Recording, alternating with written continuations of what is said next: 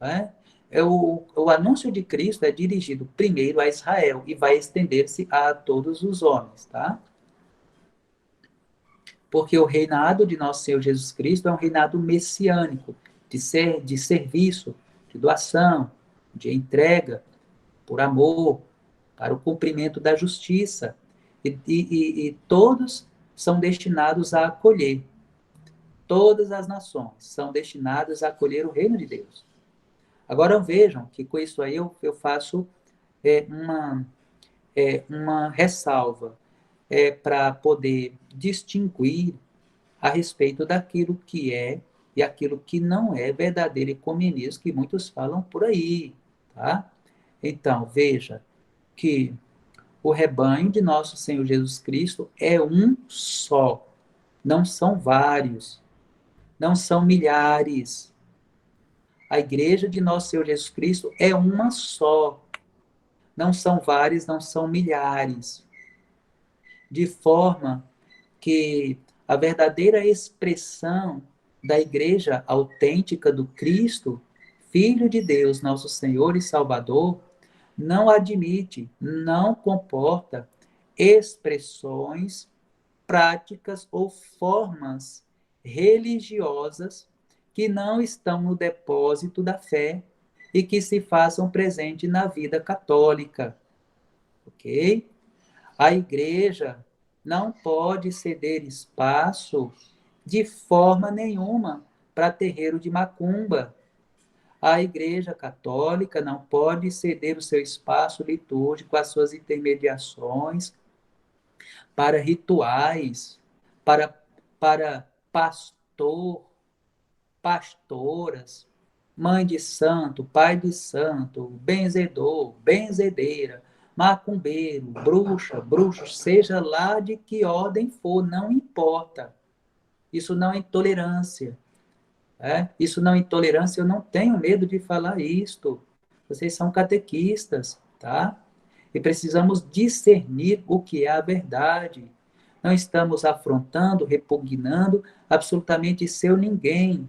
Cada um que queira realizar a sua atividade religiosa do modo que bem entender, tá ótimo, realize, não há problema. Mas realize lá no seu canto, não nas intermediações, não no espaço da igreja, tá? Então, queridos catequistas, é importante distinguir isto.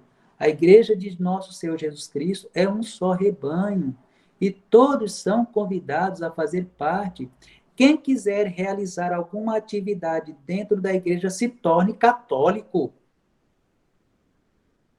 Quem quiser participar do espaço litúrgico, da celebração da Santa Missa, da comunhão, deixe de ser pastor e se torne católico. Porque teve uma ocasião por aí, isso é notório, foi público, foi notório, todo mundo sabe, correu o mundo inteiro, o Brasil inteiro, a galáxia toda, o universo inteiro, tá certo? De um pastor recebendo a comunhão eucarística na hora da Santa Missa.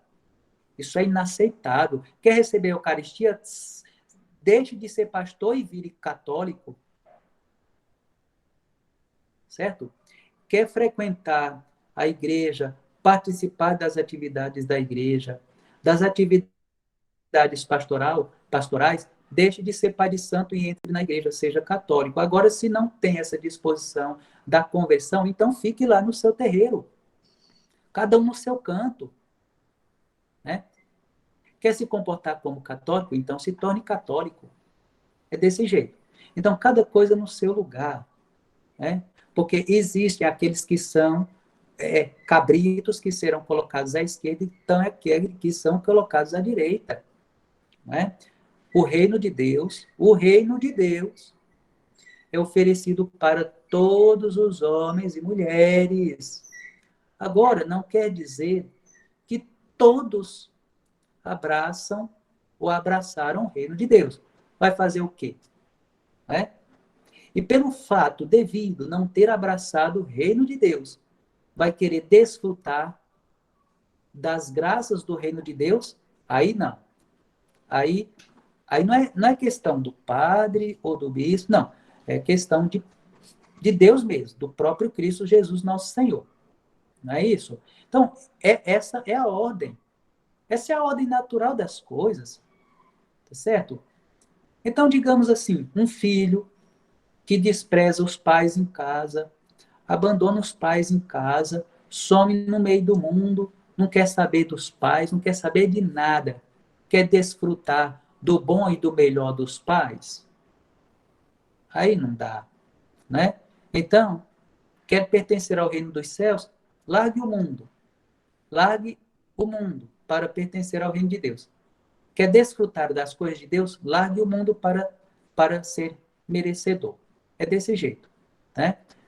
Quer participar das coisas católicas? Então largue aquilo que não condiz com a Igreja Católica e entre para desfrutar de tudo aquilo que é graça e dádiva que a Igreja dá gratuitamente. Deus dá pelas mãos da Igreja. É desse jeito, tá certo? Então, todos os homens são chamados, sim, ao reino de Deus e a desfrutar de tudo aquilo que o reino de Deus pode propiciar. Agora, tem gente que quer fazer um tipo de reino de Deus para si. Aí não dá. Isso não tem cabimento, tá? Tem gente que quer desfrutar do reino, mas não quer pertencer ao reino. Aí é complicado, não tem como. Então, essas práticas atuais, modernas, vamos dizer assim, personalizáveis da fé, não entra dentro do magistério, dentro da tradição e dentro do ensinamento da igreja. Por quê? Porque nosso Senhor Jesus Cristo não deixou esse modo de viver a fé, tá certo? Então, digamos assim, um outro exemplo.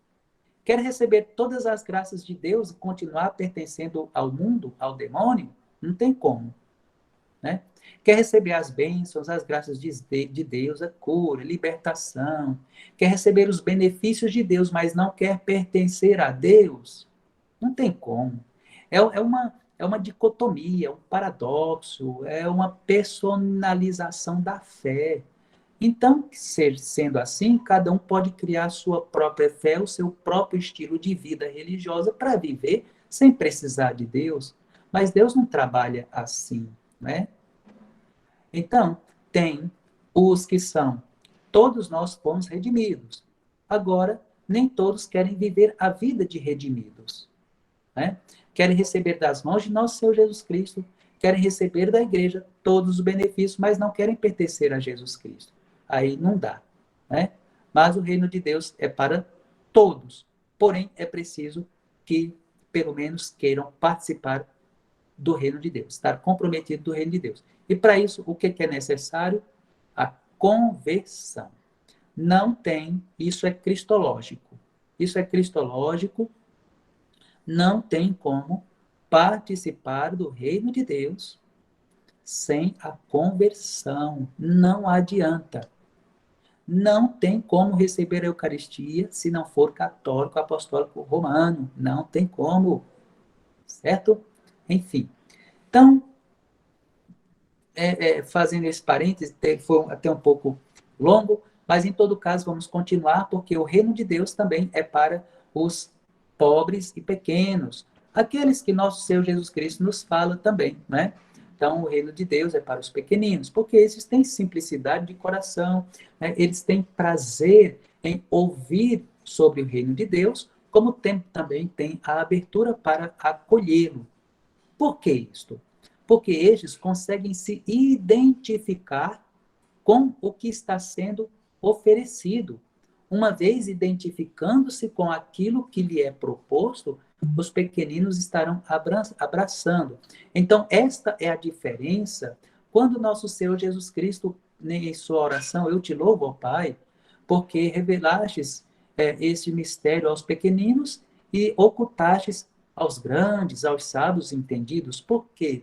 Porque esses ditos sábios e entendidos do mundo e no mundo, eles não se identificam com o reino, não se identificam com a pregação, não se identificam como filhos, não se identificam como pessoas necessitadas de salvação, tá?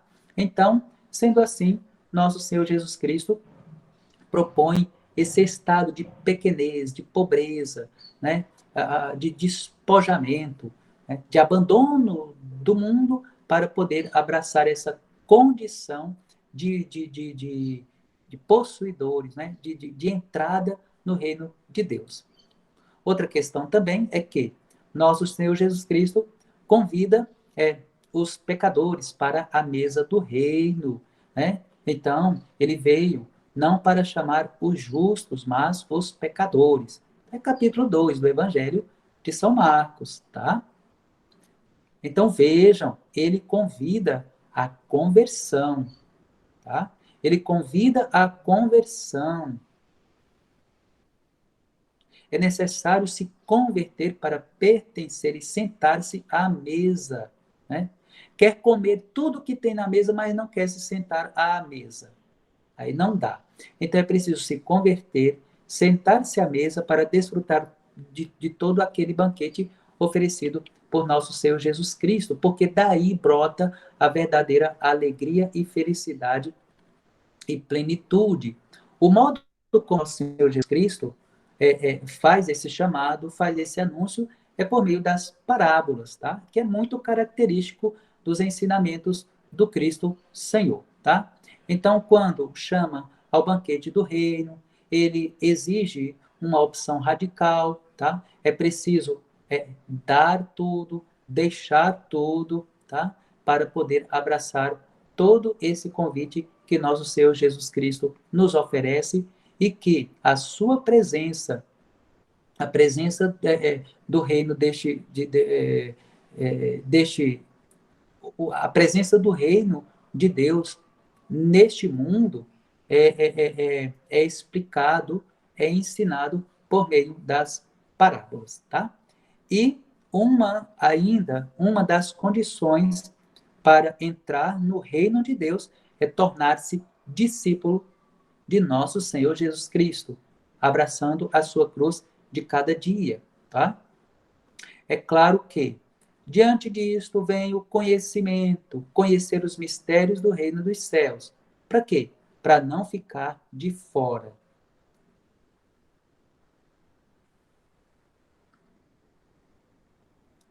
Na pregação de Jesus em sua vida pública, a respeito do reino dos céus, um traço característico são as parábolas, o modo característico como nosso Senhor Jesus Cristo ensina sobre o reino de Deus. Mas também nós podemos dizer que muitos sinais acompanham essa pregação, as palavras e os ensinamentos de nosso Senhor Jesus Cristo. São os sinais, são os milagres, os exorcismos que nosso Senhor Jesus Cristo realiza, os prodígios, né? As manifestações, como foi falado, as epifanias, as teofanias, tudo isto serve de sinal para poder indicar de uma forma bem concreta que o reino de Deus já é uma realidade aqui no meio de nós, tá? Quando nosso Senhor Jesus Cristo expulsa os demônios, expulsa Satanás e os fariseus, eles atribuem que Jesus Cristo está atuando pelo poder de Beelzebul. Nosso Senhor Jesus Cristo repele esse tipo de acusação, dizendo que, aí explica, né? E aí finaliza, mas se é pelo dedo de Deus, então o reino de Deus, o reino dos céus, chegou até vós, tá bom? Então, mas mesmo assim, apesar de tantos milagres, né, de tantas evidências, mesmo assim, nosso Senhor Jesus Cristo é rejeitado por alguns, tá? Nosso Senhor Jesus Cristo é rejeitado e desprezado por muitos.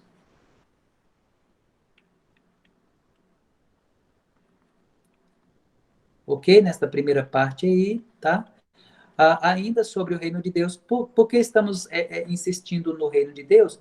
Porque é o centro da pregação de nosso Senhor Jesus Cristo, tá? Então, vimos como nosso Senhor Jesus Cristo ensinava os sinais, tá? O reino de Deus que é oferecido, qual é a condição, né? A quem é revelado, e agora as chaves do reino de Deus. A quem é confiado o reino de Deus? Uma vez que nosso Senhor Jesus Cristo o institui aqui no meio de nós, né? E o deixa a todos nós como um tesouro. A quem Jesus Cristo vai confiar? Né?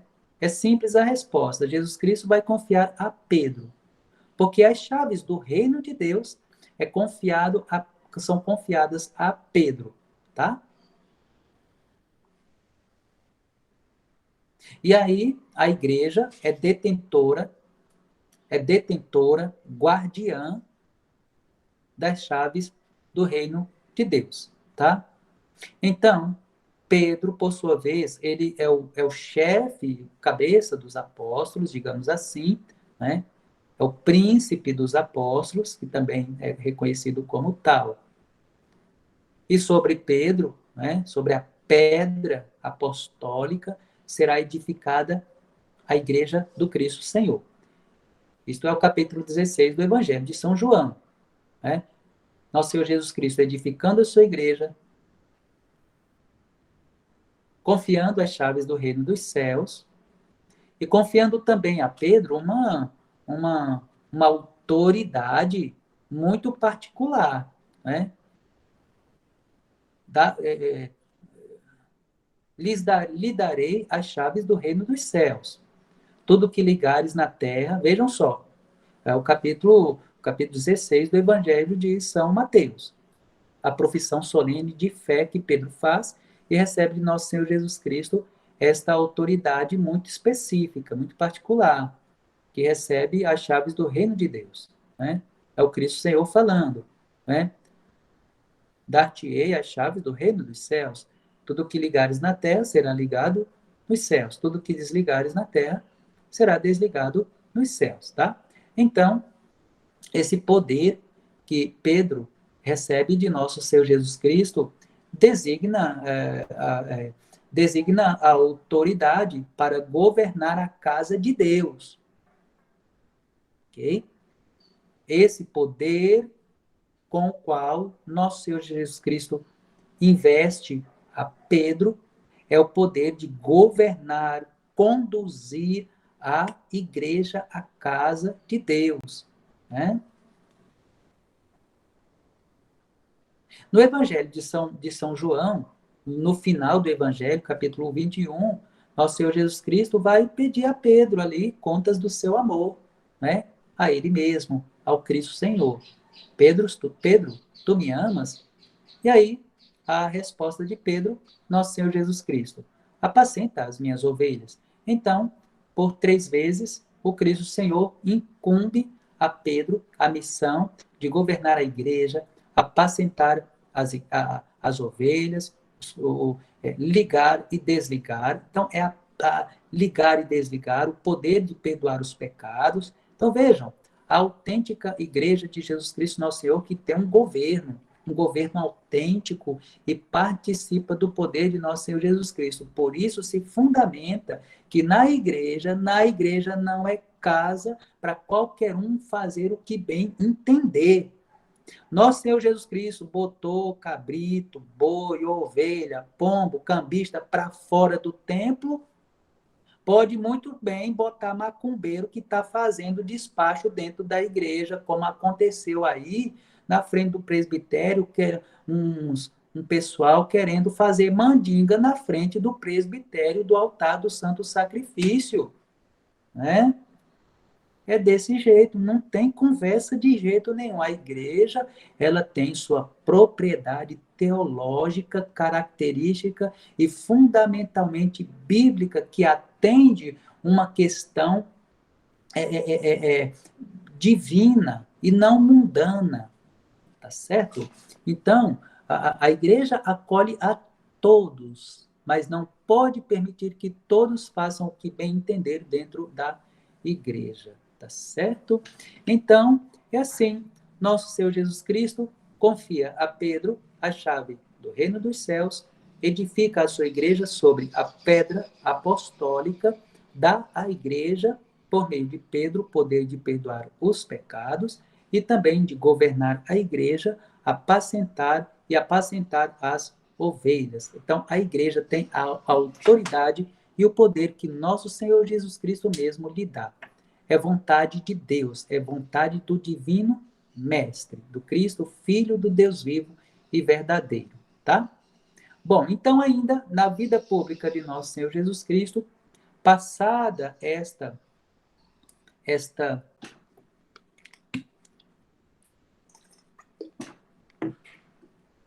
aliás, seguida a esta profissão de fé que Pedro faz, representando todos os demais companheiros também, né? Pedro fala também por nós, mesmo que tenhamos vindo bem posterior aos apóstolos. Pedro fala por todos nós, fala em nome de toda a igreja. Então, seguida a esta profissão de fé apostólica, que Pedro faz também em nome de todos nós, o Cristo Senhor anuncia também o que vai acontecer com ele, o que ele padecerá, o que ele sofrerá, que será o mistério pascal. Então, antes disso, nosso Senhor Jesus Cristo manifesta a sua glória divina no Monte Tabor, em presença de três dos apóstolos, Pedro, Tiago e João. E no momento da transfiguração, aparecem duas figuras veterotestamentárias, que são Moisés e Elias, né, figuras do Antigo Testamento.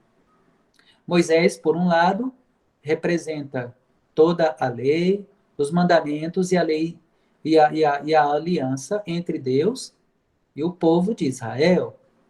Então, ele é representante da aliança e de toda a lei. Não é? Uma das figuras mais expressivas e importantes do Antigo Testamento. Por outro lado, Elias representa as profecias, de tal modo zeloso zeloso pelas coisas do Senhor.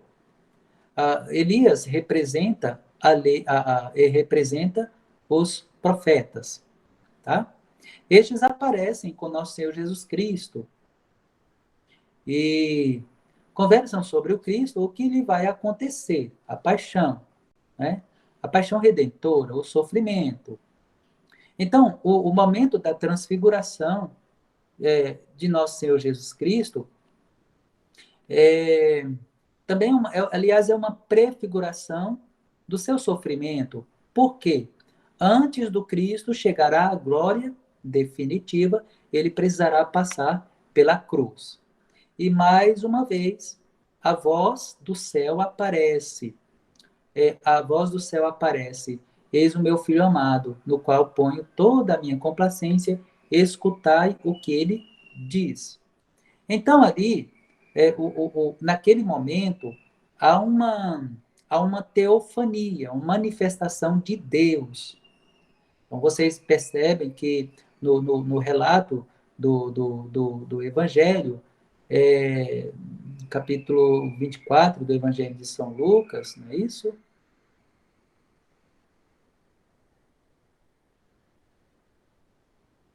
Não, um pouquinho antes.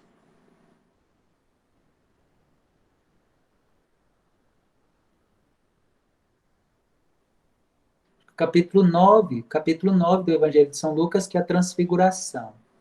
Né? O Cristo Senhor, no capítulo 24, vai dizer que é necessário, né, o Filho de Deus, né, o Filho do homem, passar por tudo isso, por todo este sofrimento, para entrar na sua glória. Então, tudo bem. Então, ajustamos aí as passagens bíblicas. Enfim, então vamos voltar aí. A teofania, a manifestação de Deus. Então, como é que nós percebemos a manifestação de Deus na transfiguração de nosso Senhor Jesus Cristo? Primeiro, a nuvem, a nuvem representa a presença do Espírito Santo, ok? A voz descida do céu, ouvida do céu, é a voz do Pai. O Cristo é o próprio Filho ali transfigurado. Então nós temos uma teofania, uma manifestação trinitária do Deus uno e trino, uma manifestação à humanidade inteira por meio daqueles homens que ali estavam, tá? Então, desde o Antigo Testamento, aqueles dois, né, que aparecem, Moisés e Elias, desde aqueles três homens do Novo Testamento. É como pudéssemos dizer, a antiga e a nova humanidade testemunham, né, vislumbram e contemplam a glória de nosso Senhor Jesus Cristo e a manifestação da Santíssima Trindade, para mais uma vez dizer que os céus, que outrora fechado pelo pecado, agora é aberto pela obediência do Filho de Deus, que é muito amado e declarado como filho.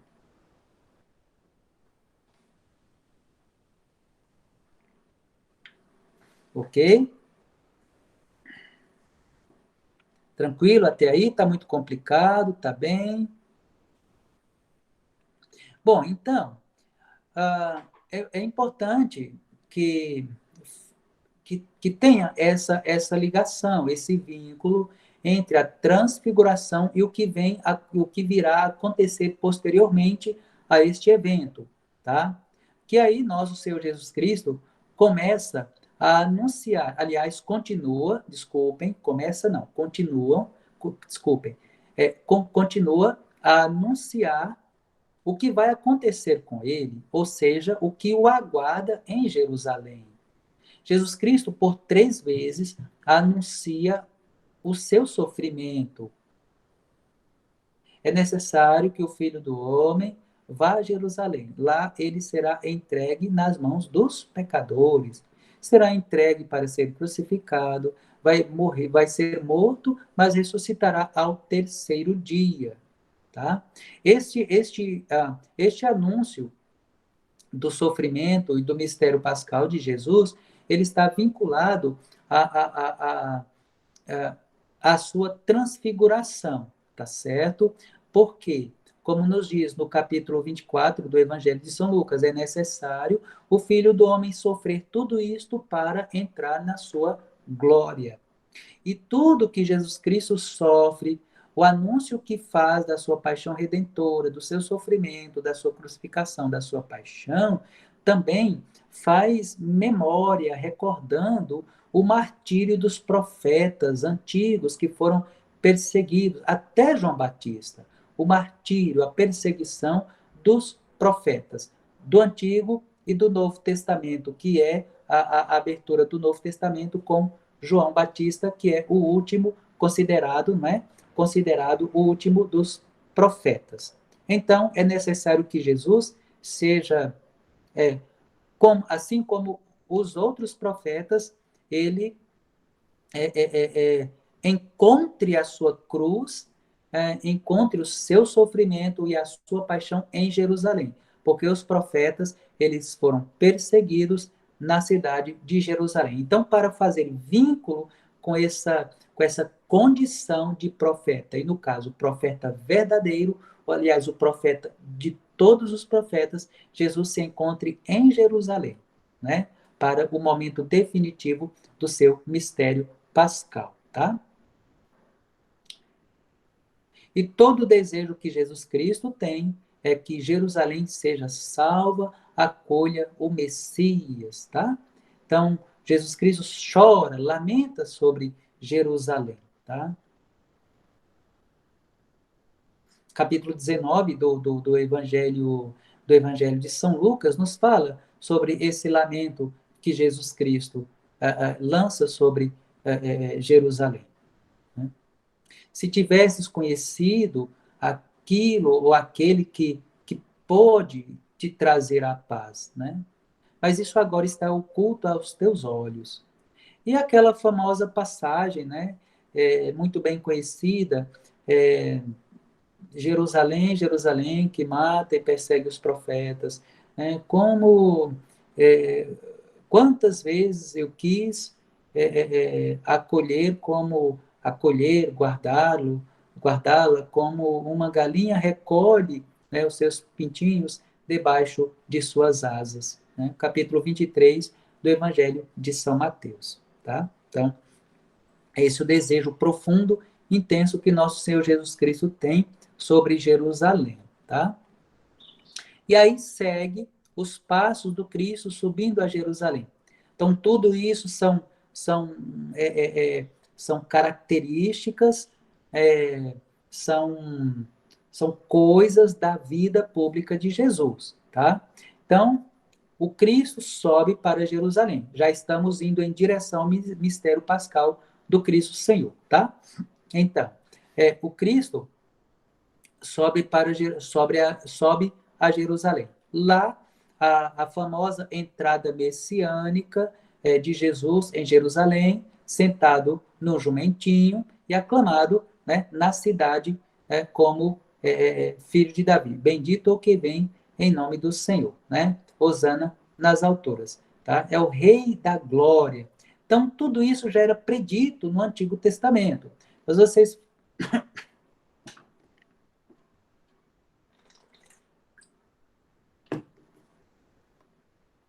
Então, se vocês forem ver no Salmo 24, na profecia de Zacarias, no capítulo 9, vocês vão perceber que já estava sendo falado da entrada triunfal de Jesus em Jerusalém, tá? Ele vem sentado no jumento, potro de jumenta, né? A portas, levantai vossos frontões, né? Levai-vos bem mais alto, antigas portas, a fim de que o Rei da Glória possa entrar, né? O Rei da Glória, é o Senhor, Deus do universo. Né? Dizei-nos quem é este Rei da Glória. É o Senhor, o Rei do universo. Né? Então, tudo isso faz menção a nosso Senhor Jesus Cristo. O que também no Salmo 118, né? Bendito o que vem em nome do Senhor. Né? Hosana nas alturas. Então, as Sagradas Escrituras têm, uma perfeição. Primeiro porque vem de Deus, né? Inspirada pelo Espírito Santo. E depois de tantas outras maravilhas, uma delas é porque só tem Jesus no centro.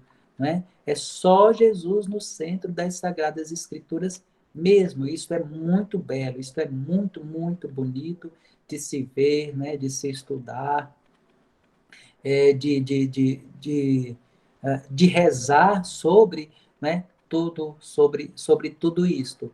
Isso é muito bom. Isso é muito bom porque o cristão consegue encontrar o verdadeiro sentido, a verdadeira paz para a vida, né? Para aquilo que é discípulo, discípula de nosso Senhor Jesus Cristo, cristão, católico, né? E cristão eucarístico, filho de Nossa Senhora, anunciador do reino de Deus, catequista. Então, tudo isso, as Sagradas Escrituras nos ajudam a ser mais daquilo que nós precisamos e devemos ser, tá?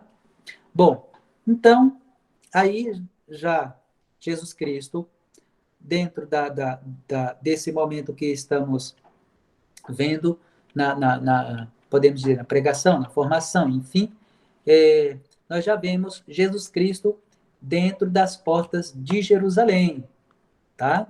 Dentro das portas de Jerusalém. E para a, a execução da paixão redentora de Cristo Senhor, primeiro vai ser instaurado um processo, claro que injusto, contra o Filho de Deus, né? Pelas autoridades religiosas de Jerusalém, tá? Então, embora alguns, como por exemplo Nicodemos, José de Arimateia, eles não eram a favor daquela, daquela investida contra Jesus Cristo, ou seja, de toda aquela trama, eles não eram a favor. Tanto é que deram conselhos, né? E posteriormente, quando até os apóstolos estavam sendo perseguidos, foi dado o conselho: olha, se isso aí for do mundo, for coisa humana, vai se desfazer, mas se for de Deus, né, tenham cuidado para não estar lutando contra as coisas de Deus, tá?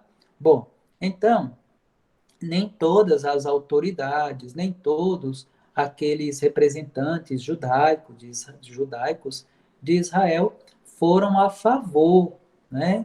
Então, mas também não tiveram voz ativa contra aquele processo fraudulento para levar o nosso Senhor Jesus Cristo à morte e ao sofrimento, tá certo?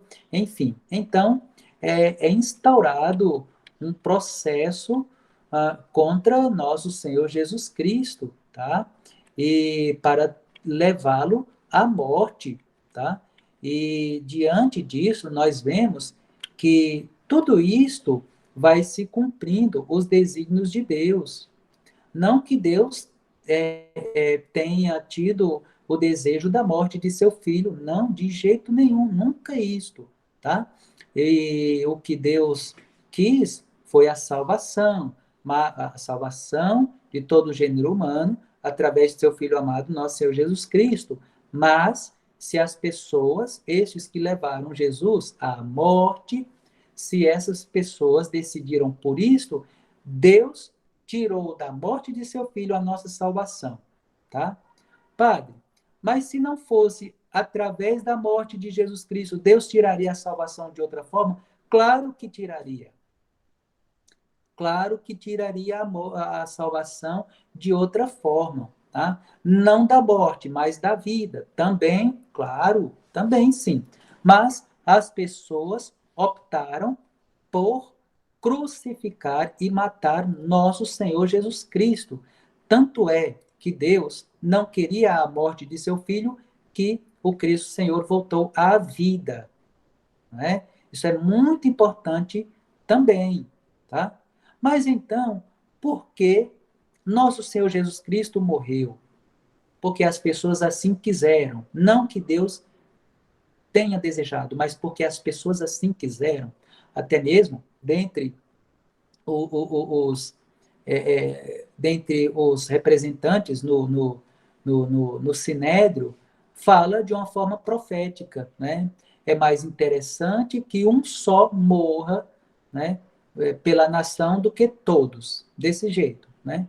Então, ou seja, por decisão humana, por decisão dos homens, por decisão das pessoas, nosso Senhor Jesus Cristo foi levado à cruz. Não foi por decisão divina, foi por decisão humana. Nosso Senhor Jesus Cristo sofreu por decisão humana, por causa do pecado, mas Deus poderia ter tirado a salvação como tirou da morte de outra forma? Claro que poderia, tá certo? Deus é Deus, mas Deus pegou da maldade, da atitude humana e fez um bem, tá certo? É desse jeito.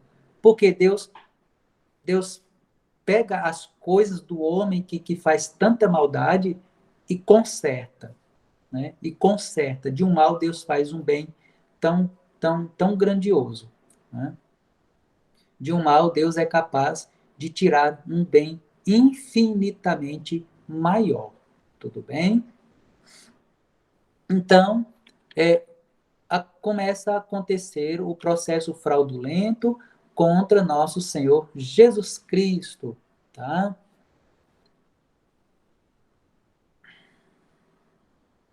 E a carta aos Coríntios, São Paulo fala que morreu pelos nossos pecados, segundo as Escrituras. E isto o próprio Cristo já afirma, né? Era preciso que o Cristo sofresse tudo isto. E os apóstolos se lembraram das Escrituras que diz. Então, a primeira carta aos Coríntios, capítulo 15, São Paulo fala que ele morreu pelos nossos pecados, segundo as Escrituras. Porque a morte redentora de Cristo, a morte redentora de nosso Senhor Jesus Cristo, põe em cumprimento perfeito as profecias do servo sofredor da profecia de Isaías, capítulo 53, que eu já citei bem anteriormente. E aí, no Evangelho de São Lucas, na peregrinação dos discípulos de Emaús, né? Que é capítulo 24, não é isso? Vocês confiram aí, capítulo 19 ou capítulo 24, isso mesmo. Então, nosso Senhor Jesus Cristo, dando a interpretação das Escrituras, também fala, tá? Então, para se cumprir as Escrituras que falava, que era necessário e tudo mais. E aí, os discípulos de Emaús, eles reconhecem Jesus Cristo ao partir o pão e falar sobre a palavra de Deus.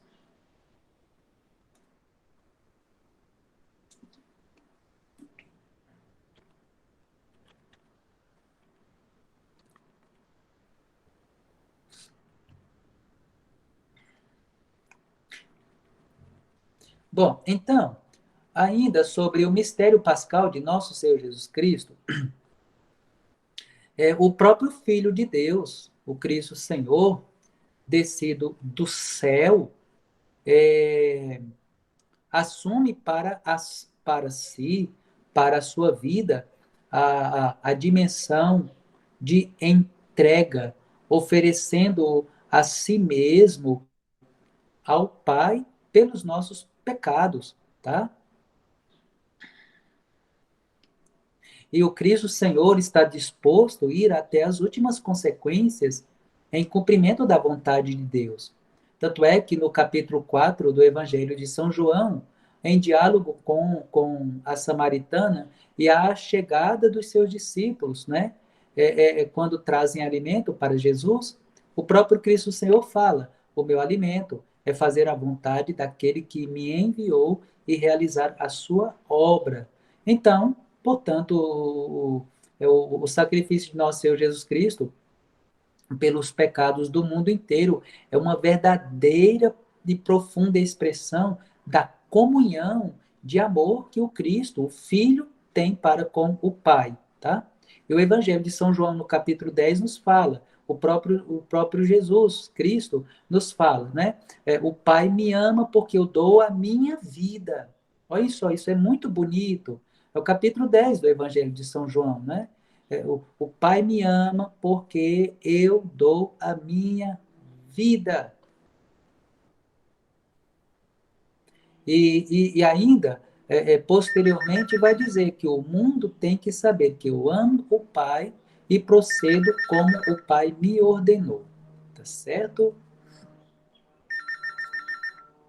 Só um minutinho.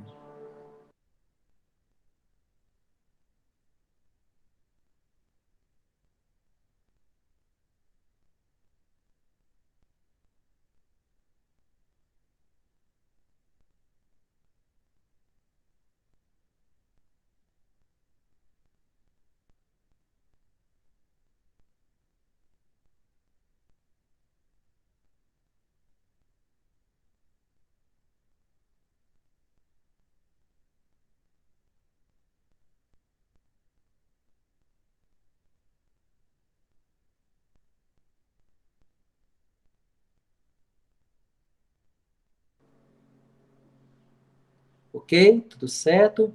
Então, dentro dessa perspectiva de amor que Deus tem para com o filho, conforme a sua entrega. O Pai me ama porque dou a minha vida. Isso é muito belo, isso é muito bonito, porque também nós estamos configurados a nosso Senhor Jesus Cristo.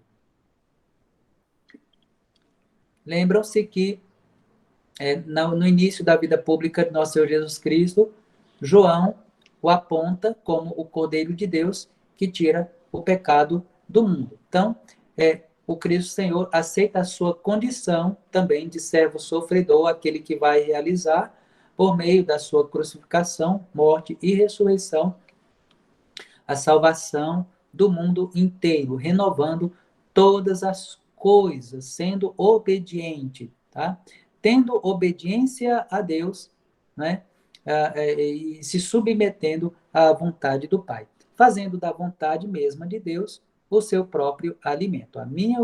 O meu alimento é fazer a vontade do Pai.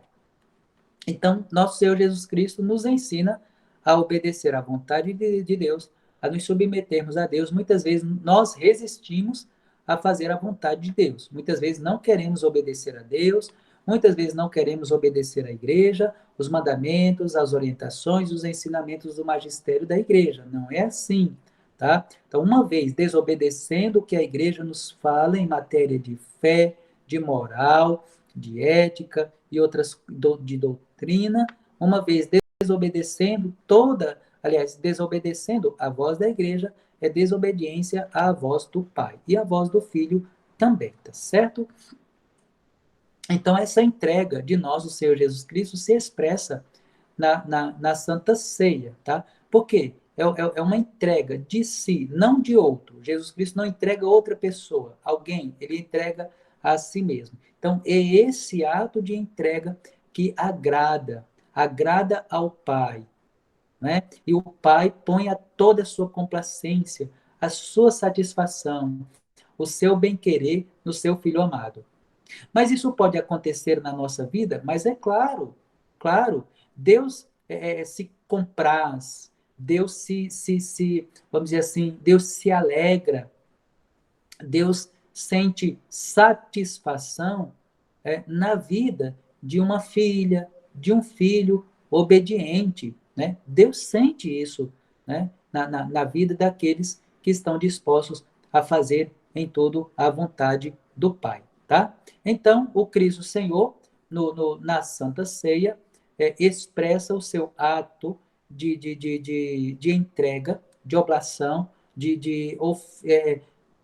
livre à vontade de Deus, entregando a si mesmo, né, para a salvação do mundo inteiro, selando assim, através do seu sangue, a nova e eterna aliança, derramando seu sangue sobre a multidão inteira, né, para remissão de todos os nossos pecados. Tá? Logo no capítulo 26 do Evangelho de São Mateus está essa instituição da nova e eterna aliança que é entregue por vós. Né? O sangue de Jesus Cristo, o corpo de Jesus Cristo que é entregue por vós para a remissão dos pecados. E dos pecados do mundo inteiro, como nós rezamos no terço da Divina Misericórdia. Né? Então, isso faz referência ao quê? Isso faz referência à Santa Eucaristia, tá? Porque o Cristo Senhor a institui como memorial do seu sacrifício, tá? Memorial é aquilo para ser lembrado e recordado constantemente. E quem é que vai fazer isso? Os apóstolos e, por sua vez, toda a igreja, tendo o povo de Deus reunido em torno de si, tá? É o Cristo Senhor que institui a Santa Eucaristia como memorial de sua paixão. E aí, tendo realizado a Santa Ceia, instituído a Santa Eucaristia, selado a nova aliança, deixando-a como memorial de sua paixão redentora, o Cristo Senhor se dirige para o Getsemane, né? Então, o Jardim das Oliveiras, e que existe até hoje, claro, não se desfez, tá?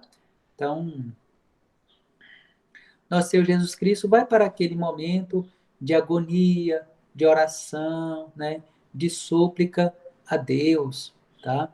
Porque nosso Senhor Jesus Cristo, como nos fala São Paulo na carta aos Filipenses, fazendo-se obediente, e obediente até a morte e morte de cruz. Né? Então, ali naquela agonia, nosso Senhor Jesus Cristo expressa, suplica a Deus, afasta de mim este cálice, mas não aquilo que eu quero, mas aquilo que tu queres, tá?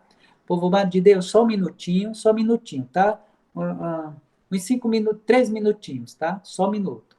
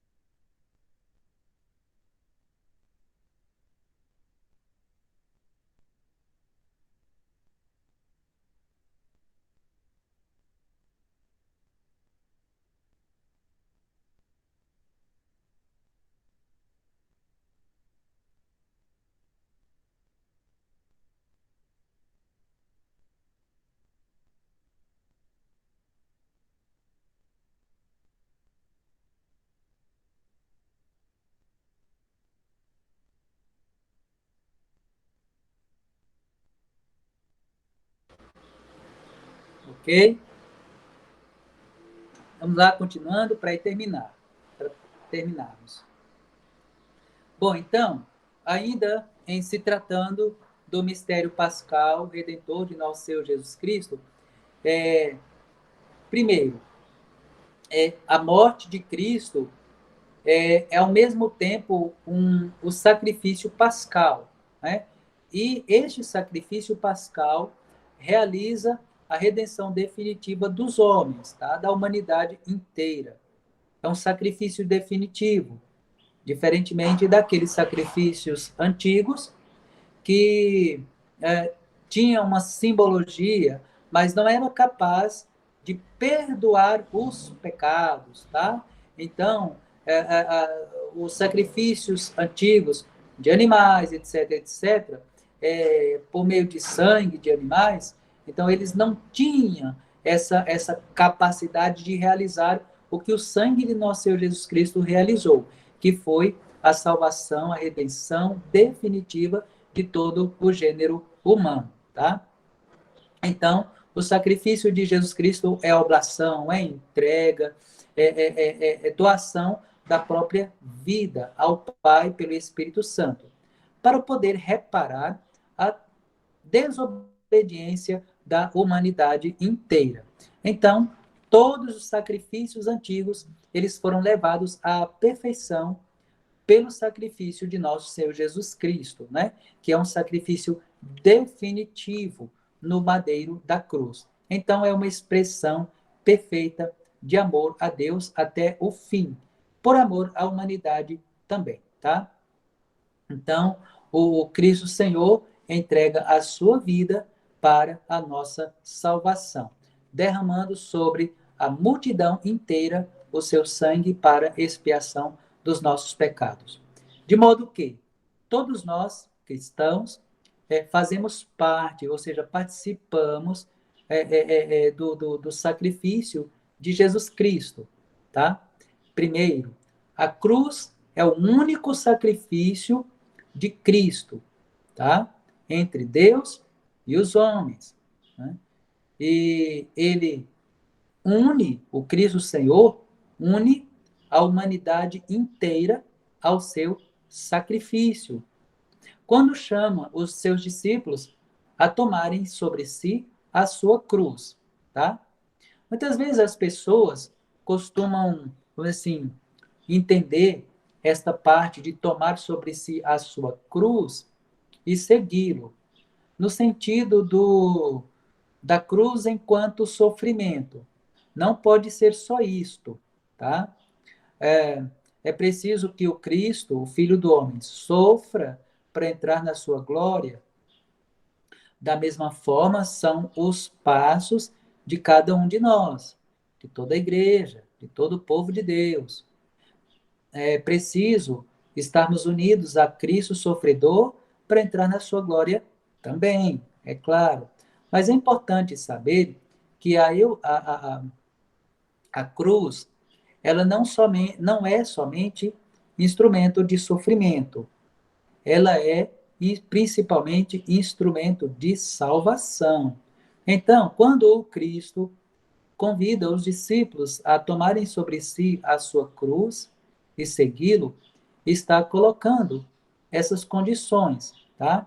De que, além do sofrimento que o mundo impõe sobre os discípulos de Jesus Cristo, nosso Senhor, por outro lado, a cruz põe a salvação, tá bom? Então, é nesse sentido que Jesus Cristo nos convida a tomar a cruz a cada dia e seguir os seus passos, tá? Então, estamos associados ao mistério pascal de nosso Senhor Jesus Cristo, que morreu, entregou a sua vida para a nossa salvação. Enfim, então o Cristo, assumindo a condição de servo sofredor, foi crucificado, morreu, mas foi sepultado também. E o sepultamento de nosso Senhor Jesus Cristo quer nos indicar e nos ajudar a entender que, que o Cristo, ele ele experimenta o estado de morte, tá? O livro do Apocalipse de São João fala da seguinte forma: estive morto, e eis que estou vivo pelos séculos dos séculos, tá? Então, nosso Senhor Jesus Cristo, ele é sepultado, mas é para poder mostrar que o próprio Filho de Deus experimentou a morte, tá? Para poder chegar à glória da ressurreição. Então, ele vive e reina para sempre, conforme as Escrituras. Além do que, o sepultamento de nosso Senhor Jesus Cristo é para mostrar que ele realmente que a morte de Jesus foi verdadeira, tá? A morte de Jesus Cristo foi uma morte verdadeira. E também, tendo sido uma morte verdadeira, o sepultamento de nosso Senhor Jesus Cristo e a sua ressurreição é para mostrar que o Cristo Senhor pôs fim à sua existência humana aqui na terra, né? Então, Jesus Cristo passa por tudo isto e agora vive no céu, tá bom? É dessa forma. Então, foi uma morte verdadeira, experimentou a morte, né? E põe fim à sua existência terrena, humana, tá ok? Humana, na terra, e está no céu definitivamente. Está na glória do céu, à direita de Deus Pai Todo-Poderoso, tá? Então, é uma existência terrena. A existência terrena de nosso Senhor Jesus Cristo, ela tem o seu fim na sua sepultura, tá bom? Porque ele ressurge glorioso, tá? E todos nós somos sepultados com Cristo, né? Para também com ele ressurgirmos, tá? E assim, a carta de São Paulo aos Romanos, no capítulo 6, faz essa reflexão de que fomos sepultados com Cristo pelo batismo, tá? Na sua morte, para assim como o Cristo ressuscitou para a glória de Deus, também nós vivamos uma vida nova. Fomos sepultados com Cristo no batismo em sua morte, para podermos ressurgirmos a uma vida nova, tá? Então, a ressurreição gloriosa de nosso Senhor Jesus Cristo se dá após a sua crucificação, morte e sepultura, e ressuscitado gloriosamente está sentado à direita de Deus Pai Todo-Poderoso, que assim nós professamos na nossa fé. Bom, então, tem mais alguns aspectos, né? Por exemplo, da sepultura de Jesus Cristo, desceu à mansão dos mortos, né? Então, o que seria isto? Qual o sentido dessa expressão quando falamos desceu à mansão dos mortos, subiu aos céus, tá? Então, segundo a igreja, nosso Senhor Jesus Cristo, ao descer à mansão dos mortos, é, ele, ele desce à mansão dos mortos como Salvador e como proclamador da boa nova aos espíritos que estavam prisioneiros na mansão dos mortos, tá? Então, por quê? Primeiro, os céus estavam fechados por causa do pecado dos primeiros pais. Então, os que haviam morrido antes do mistério pascal de nosso Senhor Jesus Cristo aguardavam o ressurgimento do Filho de Deus, na sua ressurreição, tá? Então, sendo assim, o Cristo Senhor, tendo abrido os céus naquele momento do seu batismo, o confirma na sua ressurreição, visitando e proclamando a boa nova aos espíritos que estavam sentados na sombra da morte, no reino dos mortos, enfim, para poder resgatá-los, tá certo? Quem são esses, né? Quem foram esses? Aqueles que viveram a justiça no cumprimento dos mandamentos e da lei de Deus. Porque o que justificava, o que salvava a pessoa antes da vinda de Cristo? O cumprimento e a obediência à lei de Deus, tá bom? O que salva a pessoa agora? A obediência a nosso Senhor Jesus Cristo, o cumprimento dos seus mandamentos, tá bom? Então, a fidelidade a nosso Senhor Jesus Cristo, tá? Porque ele é o realizador da nossa salvação. O que justificava os espíritos, vamos dizer assim, os homens e mulheres antes da vinda de Cristo? O que os justificava? O cumprimento fiel à lei de Deus. E agora, o que justifica os homens e mulheres a partir da vinda do Cristo? É o próprio Cristo, tá? O próprio Cristo. Ele é quem justifica todos nós com a sua entrega na cruz para nos salvar, tá bom? Então, as Sagradas Escrituras, elas nos ajudam a entender que Jesus desceu, sim, à mansão dos mortos, que são aos infernos, tá? Tá? Não ao inferno enquanto, vamos dizer assim, aquela concepção, né, do reino, do diabo. Não é isso, tá? Como fala no Antigo Testamento, Sheol ou Hades, tá? Então, eu não vou entrar tanto nessas particularidades, porque tem muita coisa para falar sobre isso aí. E a gente já tem bastante tempo, 1 hora, né? 1 hora e meia, mais ou menos, né? E então demanda muito tempo, muita reflexão sobre isso aí. Então, vou me resumir e falar de forma bem concatenada sobre esses aspectos já dos pormenores finais da ressurreição de nosso Senhor Jesus Cristo, para poder finalizar, tá bom? Então, voltando um pouco, Jesus Cristo desce à mansão dos mortos para poder anunciar a boa nova aos que lá estavam, tá certo? Porque a boa nova também foi anunciada aos mortos, tá? A primeira carta de São Pedro nos fala sobre isso. A boa nova foi igualmente anunciada aos mortos. 1 Pedro, capítulo 4.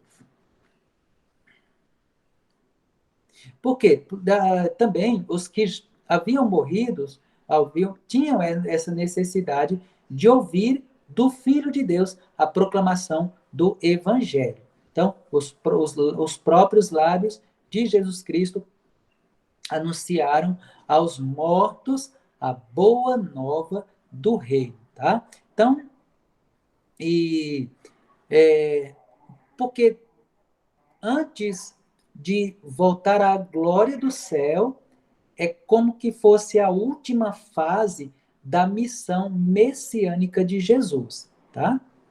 Nesse tempo, ok? Bom, então, tendo dito isto, nosso Senhor Jesus Cristo, que desce à mansão dos mortos, anuncia a boa nova aos que lá estavam, tá? E ressuscita ao terceiro dia. Isso nós celebramos no mistério pascal, a crucificação, a morte e a ressurreição de nosso Senhor Jesus Cristo, tá? Então, a ressurreição de Jesus Cristo, nosso Senhor, ela é o ápice do seu mistério pascal, porque aí se conclui a missão redentora do Filho amado de Deus. E isto nós cremos, nós professamos e nós confiamos, porque diz respeito ao acontecimento, ao maior acontecimento na história da humanidade inteira. E da ressurreição de Cristo, temos o sepulcro vazio, nós temos também a aparição de Jesus a Maria Madalena, a algumas mulheres, posteriormente a Pedro, e depois aos 12 reunidos, né, com as portas fechadas. Ainda temos a aparição de nosso Senhor Jesus Cristo ressuscitado aos discípulos, no momento em que estavam pescando e nada pegaram. Tendes algum alimento? Né? Então reconheceram que era Jesus e Pedro foi ao encontro, tá certo? Então, nosso Senhor Jesus Cristo, depois de todas essas fases aí de aparição, volta para o céu diante dos seus discípulos, lhes ordenando a todos pregar a boa nova, batizando-os em nome do Pai, do Filho e do Espírito Santo, tornando as nações discípulas do Cristo ressuscitado e sentado à direita na glória de Deus Pai. Então, é isto, não vou me estender mais, porque se for fazer mais colocações, tem muita coisa ainda pela frente, tá bom? E aí, na outra ocasião, vamos ver qual o próximo tema que eu poderei ajudar, colaborar para estar ajudando todos vocês, tá? É isso.